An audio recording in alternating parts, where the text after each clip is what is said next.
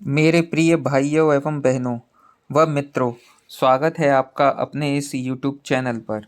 भाइयों और बहनों, आज मैं जो जानकारी लेकर आया हूँ वह शास्त्रों में जो मनुष्य को 5 ऋण चुकाने होते हैं, जो मनुष्य के ऊपर जन्म लेते ही मनुष्य के ऊपर जो 5 ऋण आ जाते हैं और वह उन्हें किस प्रकार चुका तो नहीं सकता, लेकिन लगभग ऐसा हो जाता है कि वो चुकाने के ही समान माना जाता है। एवं दूसरी जानकारी मैं आज आपको दूंगा गौ माता के ऊपर।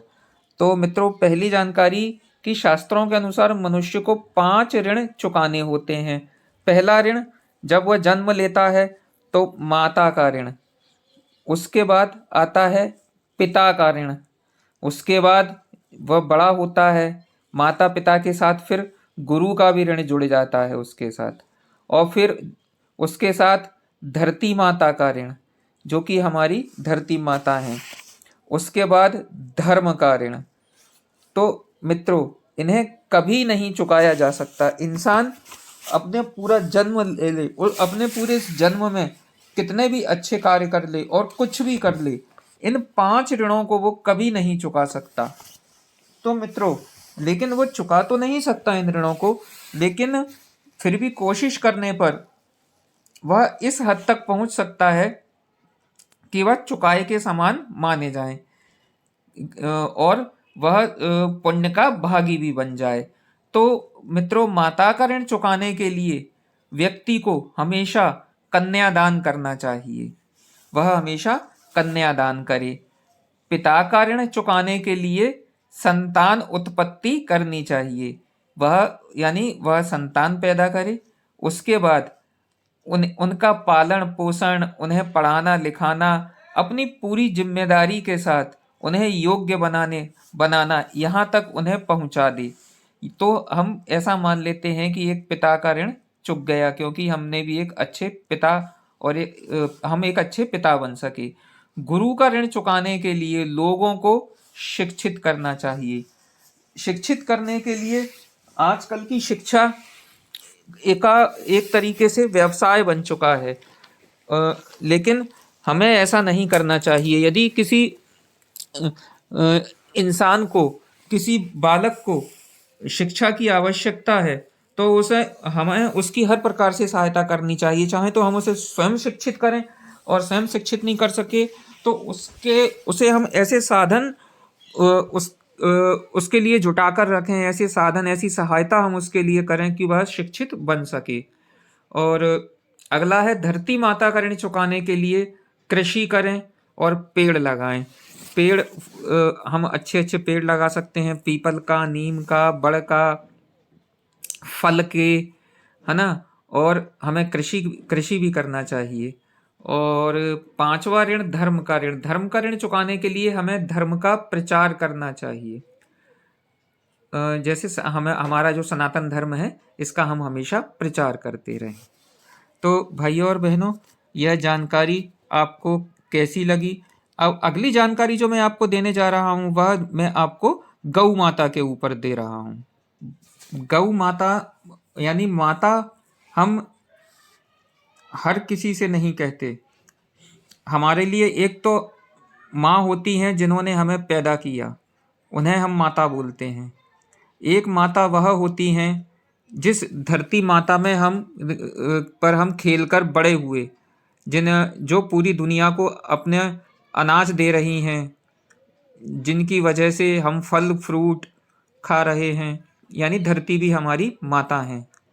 और एक गौ माता है, और एक वह माता देवी जिनकी हम पूजा करते हैं, वह भी माता ही हैं। तो मित्रों, आज मैं गौ माता के बारे में बताऊंगा। गौ माता की उत्पत्ति ब्रह्मा जी के मुख से हुई तथा गौ ही चारों दिशाओं को धारण करती है।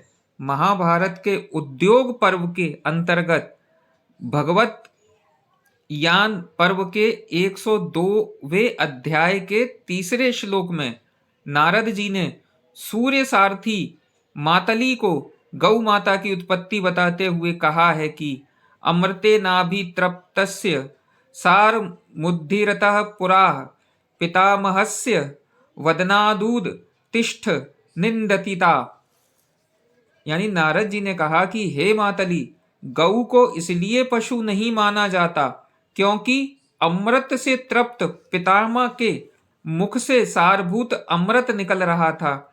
उसी सारभूत अमृत के साथ सर्वदोष रहित सर्वगुण धारिणी सुरभि गौ का प्रादुर्भाव हुआ था।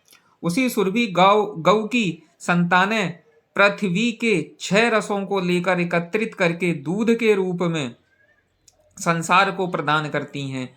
जो गुण गौ के दूध में है वह गुण संसार के किसी भी स्तनधारी के दूध में नहीं होता। इसलिए गौ के दूध को अमृत कहा जाता है और दूसरों के दूध को दूध ही कहा जाता है। गाय के 5 तत्वों दूध, दही, घी, माखन तथा छाछ यानी मट्ठा, जो 5 अमृत कहे जाते हैं, इसी के आगे 7वें, 8वें, 9वें और 10वें श्लोक में नारद जी ने कहा कि हे मातली, ये गौ माता ही चारों दिशाओं को धारण किए हुए हैं। जिस दिन गौ नहीं होगी उसी दिन प्रलय हो जाएगा। अस्याश्चस्त्र धेन्वोऽन्या दिक्षु सर्वासु मातले निवसन्ति दिशां पाल्यः धारयन्त्योः दिशः स्महतः। हे मातली, ब्रह्मा जी के मुखारविंद से समुद्भूत सुरभि की पुत्री स्वरूपा 4 धेनुएं चारों दिशाओं में निवास करती हुई चारों दिशाओं को धारण करती हैं। इन चारों के अलग अलग नाम हैं। पूर्वा दिशम धारयते सुरूपा नाम सौरभि, दक्षिणाम हंसिका नाम धारयन्त्यापरा दिशम। नारद जी ने कहा कि हे मातली, सुरभि गौ की पुत्री स्वरूपा नाम की गौ पूर्व दिशा को धारण करती है तथा हंसिका नाम की सुरभि गौ दक्षिण दिशा को धारण करती है। पश्चिमी वारुणी दिक् च धरेत वे सुभद्रया महानुभावया नित्याम मातले विश्वरूपया।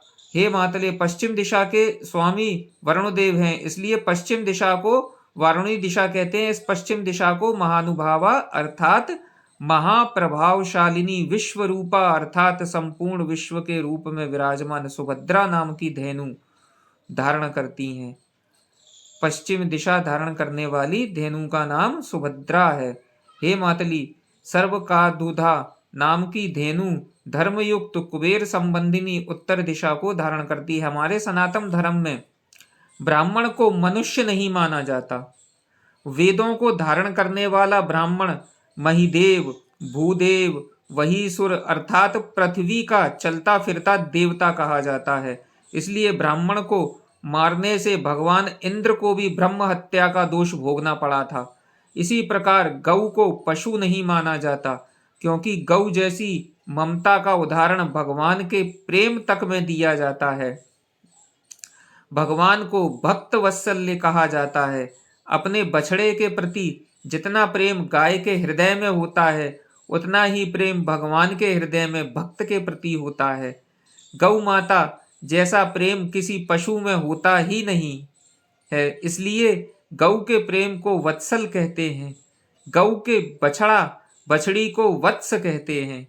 जब कोई किसी पर बहुत प्रसन्न होता है तो वह अपने से छोटे के लिए हे वत्स इसी शब्द का प्रयोग करता है। आज कलयुग में मनुष्य की बुद्धि ऐसी भ्रष्ट हुई है कि गौ के दूध की कीमत कम और भैंस और जर्सी गाय की कीमत अधिक है। जिसकी अधिक कीमत होनी चाहिए उसको कम कीमत में बेच रहा है और जिसकी कीमत कम होनी चाहिए उसको अब अधिक कीमत में बेच रहा है। जो गौ पालन करके सेवा करते हैं, जो लोग गौ की सेवा करते हैं, उन्हें पालते हैं, समझिए कि वह विश्व रूपा भगवती महालक्ष्मी जी की सेवा कर रहे हैं। गौ दूध पी रहे हैं तो समझिए अमृत पी रहे हैं।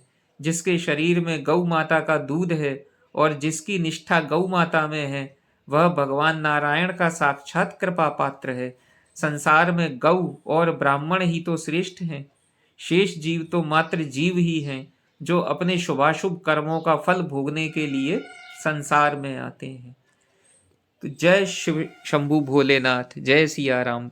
भाइयों और बहनों, कैसी लगी आपको मेरे द्वारा यह दी गई छोटी सी एक जानकारी? मुझसे जितना बन पड़ा, जितना मैंने अपनी छोटी सी समझ और बुद्धि के हिसाब से जितना आपको यह जानकारी देने की कोशिश की है। यदि आप मेरे चैनल पर नए हैं तो कृपया चैनल को सब्सक्राइब करें, जिससे मेरे द्वारा दी गई जानकारियां आप तक जल्द से जल्द पहुंच सकें।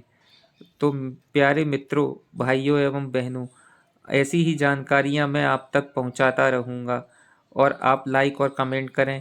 और अगर आपको यह मेरा वीडियो अच्छा लगा हो तो आगे से फॉरवर्ड भी कर सकते हैं, अपने मित्रों को बता सकते हैं। तो मिलते हैं ऐसी ही एक और वीडियो के साथ। तब तक के लिए जय सिया राम, जय गौ माता की।